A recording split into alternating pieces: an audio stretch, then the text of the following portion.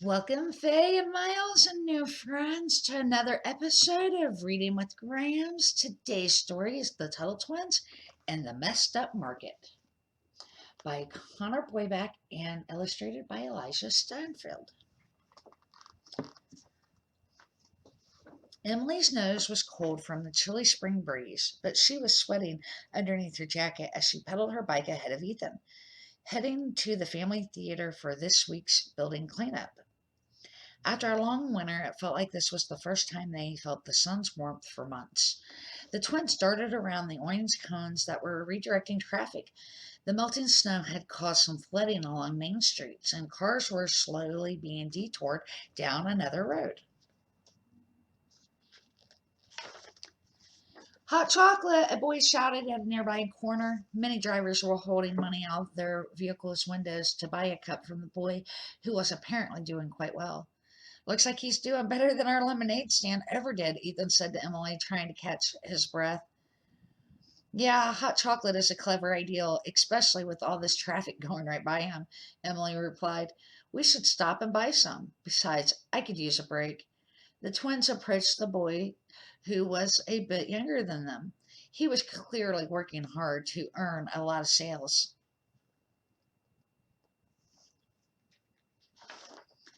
Hi, I'm Maddox, said the boy, with a slight lisp.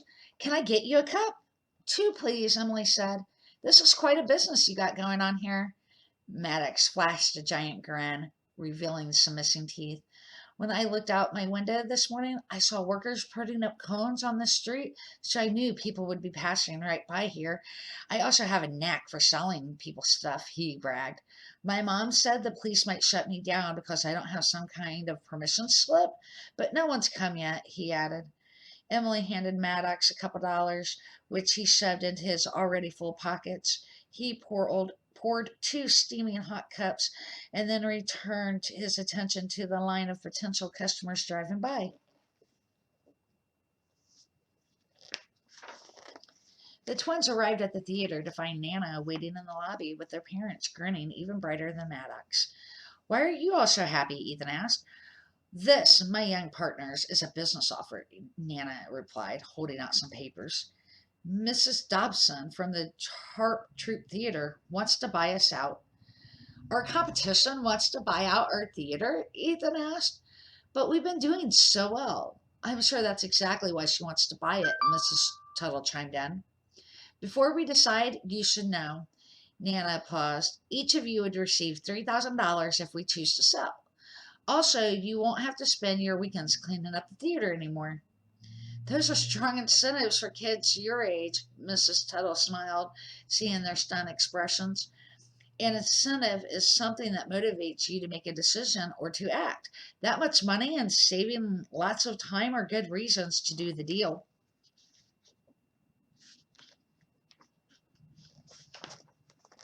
Nana explained that a decision like this has trade offs to think about, positive and negative things that would happen depending on which course of action they decided to take. Both choices give us opportunities, Nana said, thinking out loud. But when we choose one opportunity, we have to give up the other one, so that the cost of trading one opportunity for the opportunity cost. So, are you incentivized to keep your theater business, hoping for more profit in the future? Mrs. Tuttle asked. That may take years of hard work. I think I have a greater incentive to get all that money now and have fun on Saturdays again, Ethan said. Selling seems like the trade off that's best for me. The twins looked at each other and then at Nana, each giving a slight nod. Let's do it, Emily said.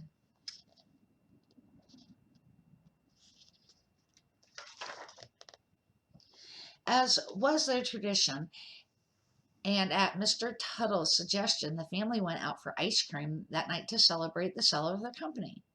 I have so much money now, Emily said. Maybe I should buy all the toys on my wish list. That would be some serious instant gratification, Nana chuckled. What's wrong with being gratified? Ethan asked. I have a lot of ideals for what I want to buy too.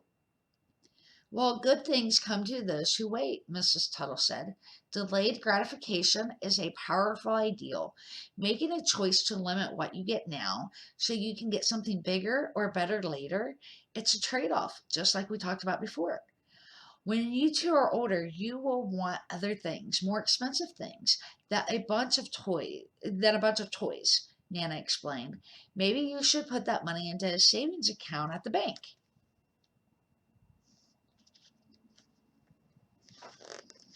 Banks actually pay people who save money, Mr. Tuttle explained, which they get from loaning that money out to others and charging them a fee. It's called interest. When we grew up, banks would charge a higher interest rate that created an incentive for people to save more and borrow less. But these days, you hardly get any interest for saving because the interest rate is very low, Mrs. Tuttle added. Low interest creates an incentive to borrow money since loans are cheap and not to save since you get paid hardly anything. So if we save now, we'll only earn a little interest? Emily asked. It's worse, Mrs. Tuttle said. Your money would lose value in the bank because the Federal Reserve keeps making new money. You get a little interest while inflation makes your money value go down. The creature from Jekyll Island strikes again, Emily said. It seems it's better to buy stuff now while the money is worth more. Ethan thought for a moment. Banks don't save money, they loan it out to others, right? What if we did that too? Charging interest for loans, just like a bank. The adults laughed, but suddenly stopped when they realized he was serious. But who would ask for a loan from a couple of kids? Nana asked. Other kids, the twins both answered, and that's when Mr. and Mrs. Tuttle realized that they were onto something. That's actually a really good idea, Mr. Tuttle said. That could be an excellent educational experience for kids. And banks don't usually give loans to kids your age. Small loans are often a huge help to micro enterprises. What are those? Emily asked. Well, an enterprise is a fancy word for a business, he replied. A micro enterprise is a really small business, often involved only one or a few people that applies to pretty much every business run by kids. That word is a mouthful, Ethan said with a mouthful full of ice cream.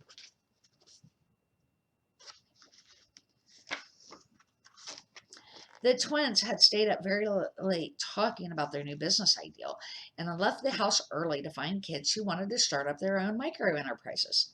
Maddox, hey Maddox, the twins shouted. This is where he was selling, so he must live in one of these apartments, Ethan said, reassuring his sister after a few minutes had passed. After shouting so loudly they thought someone might call the police, a window opened on the second story of a nearby apartment building. You guys want some more hot chocolate? Asked Maddox. Not today, Emily yelled back, but we have an ideal for you.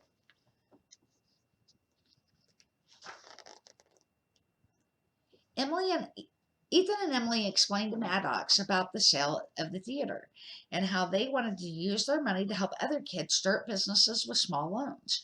But we need to find a lot more kids like you, Ethan said. So here's our ideal. Why not create a marketplace for young entrepreneurs like us? We'll call it the Children's Entrepreneur Market. I bet adults would love spending money at something like that, Maddox smiled. And if your market does well, I'm going to need a bigger hot chocolate maker. So a loan sounds like a good idea to me, he said. Convincing Maddox's parents to allow him to take a loan wasn't too difficult. The twins explained that Maddox would feel more accountable by borrowing from them rather than using money from his parents, which is a better practice for the real world. They signed a simple contract for a $200 loan with $20 to be paid back as interest. Weeks later, the first market opened on a large grassy field at a nearby church. A couple of dozen families showed up to participate. The sun was warm and people were excited because it was a new opportunity for children to make money and to learn about business. To attract more customers and to create incentives for young entrepreneurs to participate, the twins had spent some of their money on a marketing campaign with social media, newspaper ads, and posters around town. They planned to make the money back by charging each of the sellers a small fee to participate in the market. Maddox was very busy at his booth. The new machine he had purchased with his loan allowed him to quickly make much more hot chocolate than he previously could. At this rate, he'll be able to pay us back pretty quickly, Ethan said, watching nearby.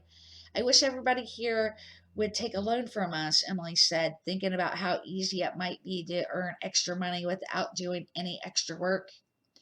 But, Mr. Tuttle replied, what would happen if the other kids aren't as successful as Maddox and can't pay you back as fast or at all? Are you prepared to take on that risk and potentially lose some of your hard earned money? How do we figure out what makes good loans that aren't risky? Ethan wondered out loud, trying to think of an answer to his own question.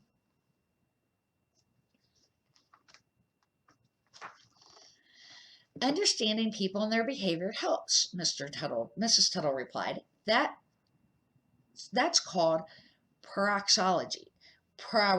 What? Emily asked, clearly confused. Proxology is the study of why humans act the way they do, Mr. Tuttle said, motioning the twins to follow him down the aisle of the booths.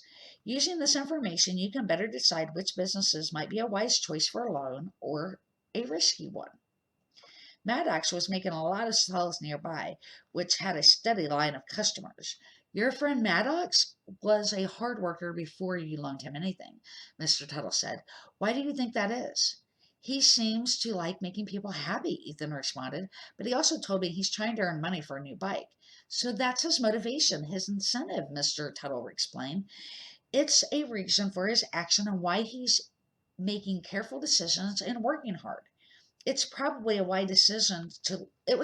wise decision to loan him money. Nearby, two siblings had been selling hot dogs, but they were already packing up. The twins learned that their parents made them come to the market and wouldn't let them go home and play video games until they sold all their hot dogs. With a loan, they could have sold more hot dogs and made more money. But I'm glad we didn't offer them one, Ethan said as he walked towards the next booth. They probably would have kept selling after today to earn enough to pay us back.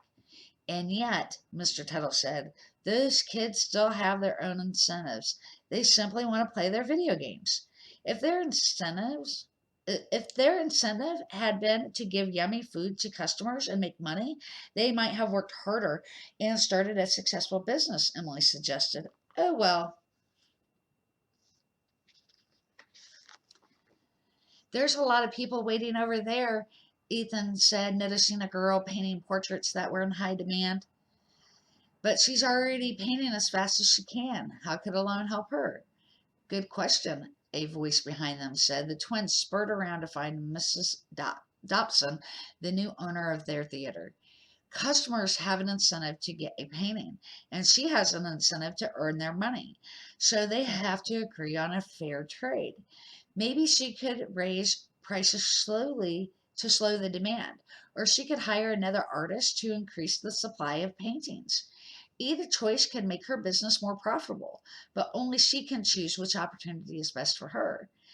Ethan decided to give the girl a flyer just in case. You seem good at business, he told Mrs. Dobson. Could you help us figure out which kids to give loans to? Mr. Tuttle returned to the information booth while Mrs. Dobson took the twins through the market to make some recommendations. There are a lot of opportunities for who you might give a loan to, Mrs. Dobson said. How do you want to narrow them down?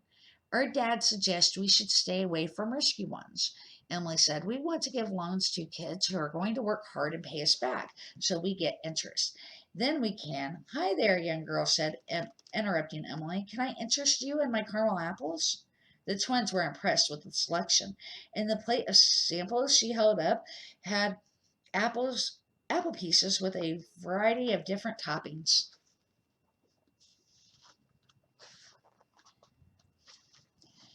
You can buy one for $5 or 5 for $20, the young entrepreneur told them. I'd love to have you as a customer. You're very outgoing, Mrs. Dobson told her. Why are you working so hard at the market today?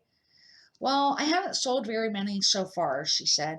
Maybe they're too expensive, but I really want to earn money to help pay for my dad's medication. He's sick and it costs a lot of money, so I want to help. That's a really good incentive. I hope your business succeeds so you can help him, Mrs. Dobson said, purchasing 25 apples, earning the girl $100 bill. Thank you so much, the girl said, her lip quivering as she put the apples into a box. Ethan explained that they were offering loans to kids like her and how a loan might help her make money to make a big sign or to do some marketing or to attract more customers. After an hour with Mrs. Dobson, the twins had given out several loans totaling over $750. There was one more booth to visit. It had a steady stream of customers who were filling a large bowl with money with while helping themselves to some brownies for 25 cents each. The boy stood nearby, looking almost bored, playing with a yo-yo. Maybe this is why all those caramel apples aren't selling well, Emily whispered to Ethan. People are getting their sugar fix here for cheap, but this kid doesn't even seem to be working hard. Do you think he's even making a profit by selling them at that price? Ethan replied. The boy looked up and locked eyes with the twins, so they introduced themselves and handed him a flyer. My brother and I are giving loans to kids who want to build their business, Emily explained. Why would I want to borrow your money when my parents pay for everything I need? The boy shrugged. And my parents don't make me pay any interest like you're charging. I'm not even sure they care if I pay them back. They had given out some loans, but the twins ended on a sour note with the brownie boy as they returned to their booth with Mrs. Dobson. They explained to their parent what had happened and that boy already had a loan from his parents. But that isn't a loan, Mr. Tuttle corrected him. He is getting a subsidy, free money. The problem with subsidies is that it prevents people from understanding the consequences of their actions. It makes no difference to them whether they made wise choices or poor choices with their money. If a kid will always get more money from his parents, why worry? So Brownie Boy doesn't have an incentive to work hard to improve his business, Mrs. Dobson added. So it's also probably the reason why he's selling them for so little, Emily observed. He doesn't have to pay anyone back, so he doesn't care if the price is too low. That seems like unfair competition, Ethan said. People are filling up on subsidized brownies rather than trying that girl's awesome apples. Now the market is all messed up.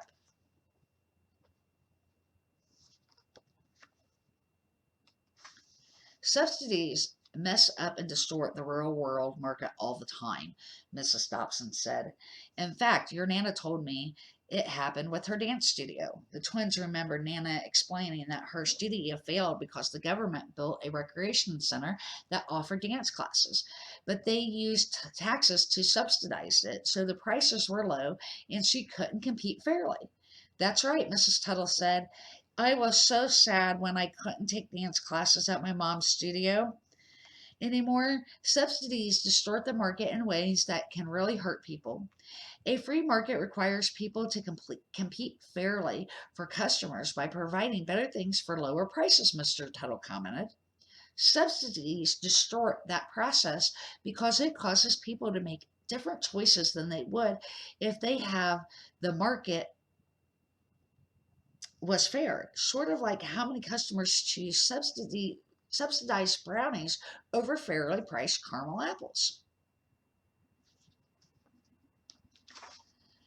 The same thing happens in the energy, automobile, and farming industries, Mr. Tuttle explained.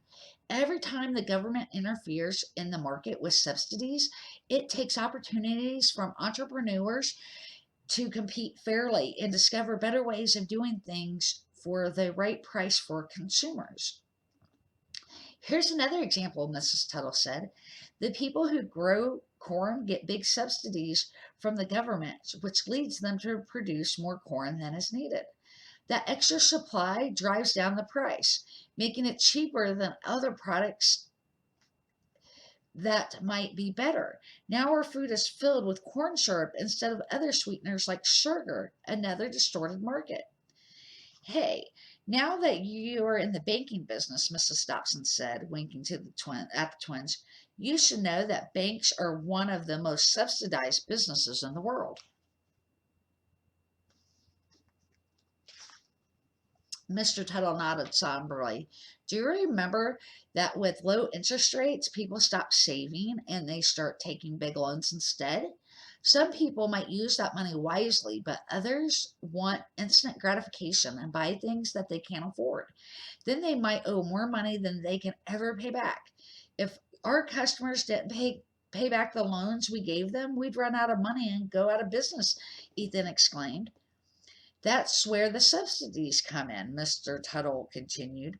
When the bank is sinking because too many loans go unpaid, the government often gives free money to the bank. It's often called a bailout because it's like saving a sinking boat. But if their mistakes get bailed out, then they don't have an incentive to be careful about risky loans, Mrs. Dobson said. Just like Brownie Boy, the bank doesn't care about messing up the market as long as they can get their subsidies later on, right? Hey, what she's doing, Ethan suddenly said. The caramel apple girl was pushing a wheelbarrow full of brownies back to her booth. Seeing a few spill out, the twins rushed to help. My dad gave me an idea, she told the twins, so I bought the rest of the brownies with $100 I made earlier. I will sell them for 50 cents each to make a profit. Then when people buy a brownie, I will offer them discounted apples to take home and share with others. The twins watched in amazement as the line soon started to form at her booth, seeing a new sign she had made advertising both cheap brownies and delicious apples. You see, Mrs. Dobson said, approaching the booth, even with some subsidies making the market unfair, people who are incentivized to work hard can still adapt and overcome obstacles. That is just the way humans act.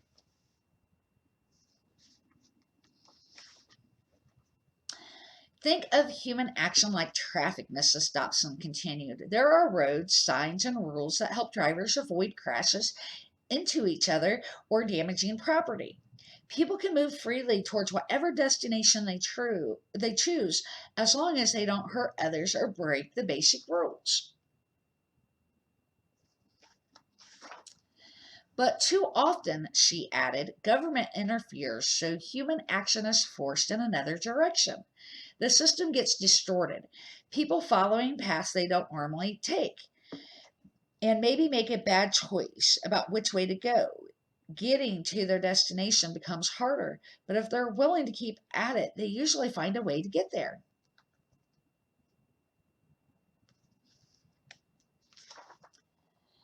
It's the same with the government's distortion. She was cut off by the sound of a siren. Police officers fanned throughout the market while one person in a long coat, the new city manager, began speaking through a megaphone. Folks, children, I understand you're all just peacefully buying and selling things, but the but lingered in the air long enough for the twins to nervously wonder what was about ready to happen with their market. But doing business in this city requires compliance with our tax and regulatory codes, the man said. None of you have permits, so you're all in violation of the law. This market ends now. Like a gigantic balloon slowly releasing its air, a unified groan came from the crowd. The sound of small, chilly raindrops pattered through the market as police officers hovered over the families packing up their booths.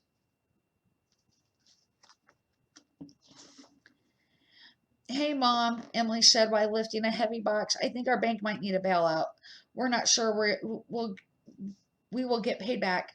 Nice try, Mrs. Tuttle replied. You know better than that. Bailouts aren't the Tuttle way. Seriously, how are we going to get back our $750 if these kids can't sell their stuff? Ethan worried. And what about that? What is that poor girl going to do with all those caramel apples and brownies? She can sell more at your second children's entrepreneur market, Mrs. Dobbs said, walking towards her car. Remember, the best lessons we learn in life are from our failures and our challenges. You're the vehicle.